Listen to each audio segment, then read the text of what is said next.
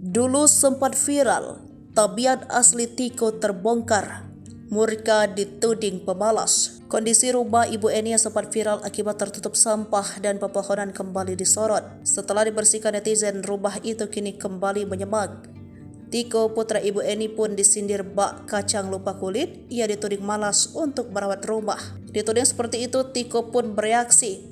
Bukannya menerima masukan dari warganet, Tiko malah murka soal kondisi kediamannya yang kembali ditumbuhi tanaman liar. Tiko lantas menyinggung soal privasi agar pihak luar tidak terlalu mengurusi kehidupan dirinya dan Ibu Eni lewat hujatan. Tiko dengan geram meminta netizen agar tak sembarangan menghujatnya.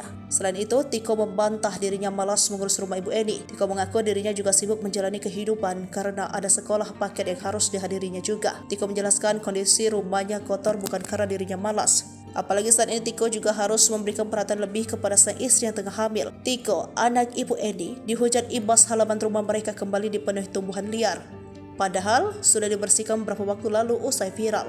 Penampakan terbaru rumah Ibu Eni itu terlihat dari YouTube Bang Breu pada Kamis 9 November 2023. Dalam video tersebut memperlihatkan penampakan rumah Ibu Eni dengan kondisi rumput liar kembali tumbuh dan terlihat sudah mulai memenuhi perkarangan rumah. Sementara itu, wallpaper yang tertempel dinding juga terlihat mulai terkelupas. Tiko sendiri diketahui sudah menikah dan istrinya tengah hamil.